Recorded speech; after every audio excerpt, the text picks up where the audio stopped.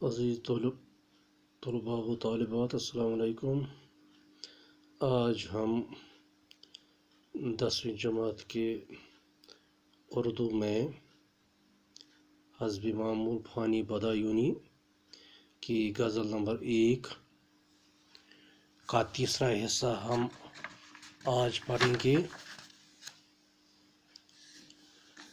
تو اس سے پہلے ہم نے اس کے 2 حصے پڑھے ہیں، تو آج ہم اس غزل کا تیسرا حصہ پڑھیں گے۔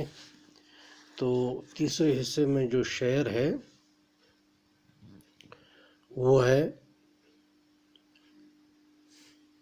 دل کا اجڑنا سہل سہی، دل کا اجڑنا سہل سہی، بسنا سہل نہیں ظالم، بستی بسنا کھیل نہیں، بستے بستے بستی ہے۔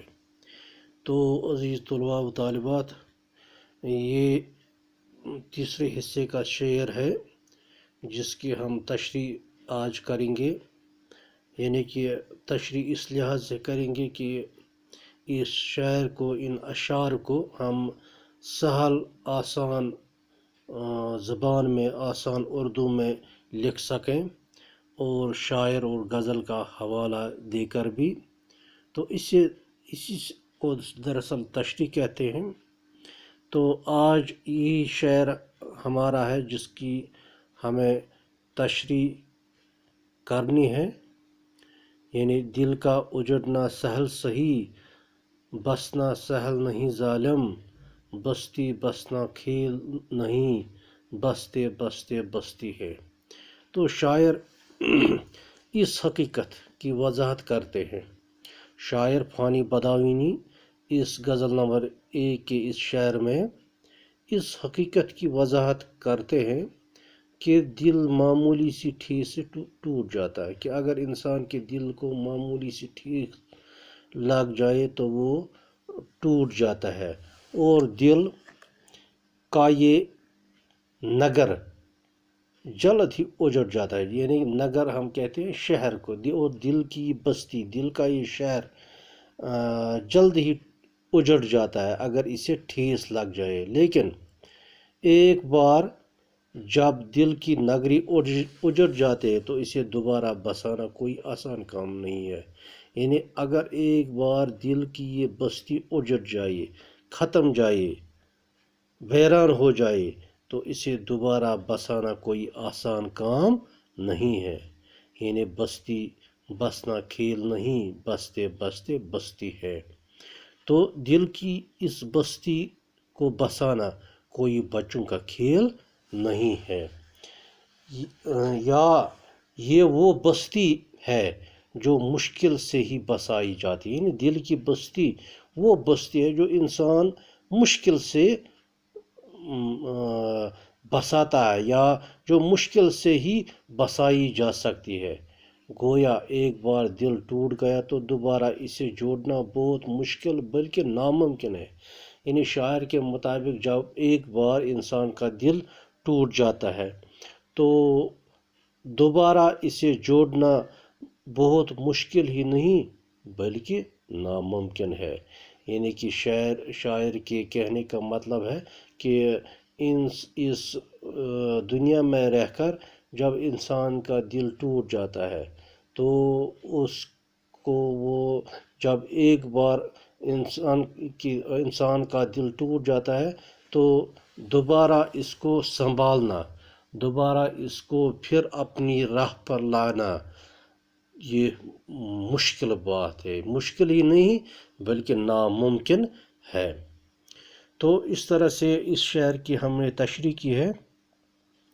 اور اب اس غزل نمبر 1 جو فانی بدایونی کی ہے، اس کا آخری شعر ہے: فانی جس میں آنسوں کیا دل کے لہو کا کال نہ تھا، فانی جس میں آنسوں کیا دل کے لہو کا کال نہ تھا، ہائے وہ آنکھ اب پانی کی 2 بوندوں کو ترستی ہے، ہائے وہ آنکھ اب پانی کی 2 بوندوں کو ترستی ہے۔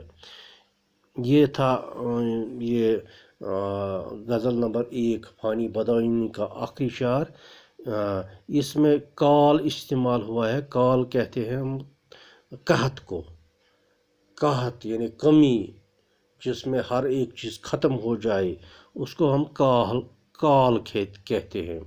تو اس شعر کی ہم جب تشریح کریں گے تو شاعر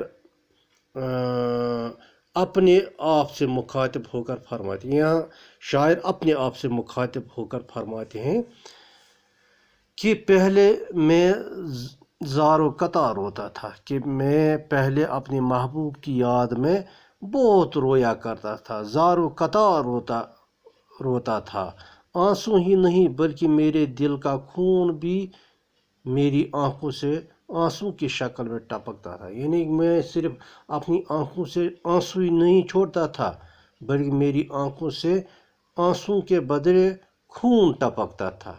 یعنی میں بہت آہوزاری کرتا تھا، یعنی میں بہت ہی آہوزاری کرتا تھا اپنے محبوب کی یاد میں۔ اب میری آنکھوں سے آنسو بھی سوکھ گئے، میں نے اپنی زندگی میں اتنا رویا، اتنا آنسو بہایا کہ اب میری آنکھوں سے آنسو بھی سوکھ گئے ہیں۔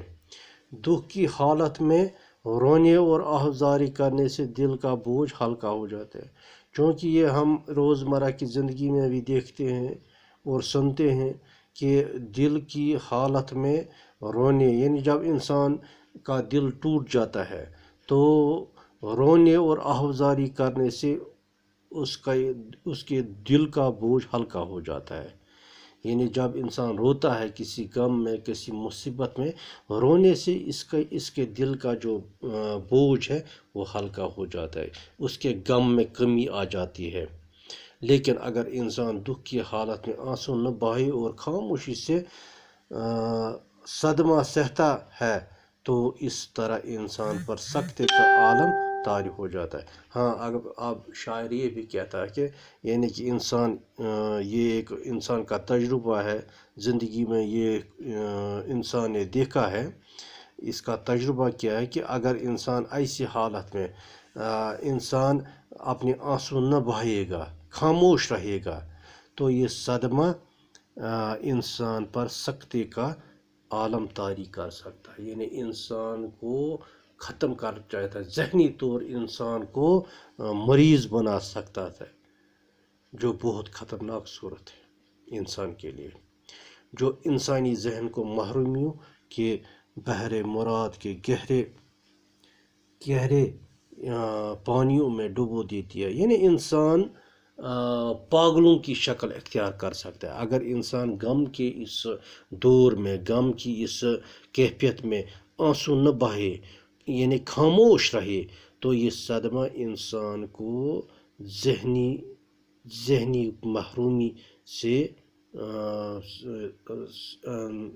محرومی سے کا شکار بنا سکتا ہے، ذہنی محرومی کا شکار بنا سکتا ہے۔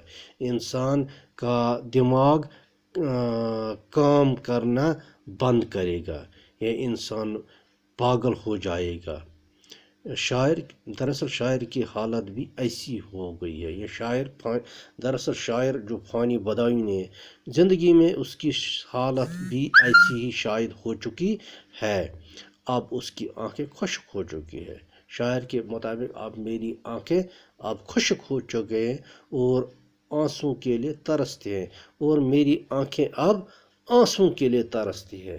یعنی مجھے اگر کسی بھی وقت مصیبت کا سامنا کرنا پڑتا ہے کہ میرے آنکھوں سے آنسو نہیں بہتے ہیں، کیونکہ میرے آنسو تو اب پہلے ہی زندگی میں ختم ہو چکے ہیں، میری آنکھیں آنسو کے لیے ترستی ہیں۔ تو عزیز طلباء و طالبات، یہ شعر اس غزل نمبر 1 فانی بداعینی کی غزل نمبر 1 کا آخری حصہ تھا۔ تو ان کی تشریح ہم نے کی ہے، امید ہے آپ نے سمجھا ہوگا، آپ کے ذہن میں آ چکا ہوگا کہ کس طرح سے ہم مختلف اشعار کی تشریح کر سکتے ہیں، ان کو آسان اردو میں لکھ سکتے ہیں، ان کو سلیس اردو میں ان کا سلیس کر سکتے ہیں، آسان اردو میں آسان زبان میں ان کا سلیس کر سکتے ہیں۔ تو امید ہے کہ آپ نے یہ سمجھا ہوگا، اور اس پر آپ پھر مزید اپنے پاس اپنی کتاب کھول کر یہ غزل نکال کر اس کی ایک سرسری جائزہ بھی لیں گے، تاکہ آپ کو اچھی طرح سے سمجھ آ جائے گا۔ آج کے لیے بس اتنا ہی، تو شکریہ۔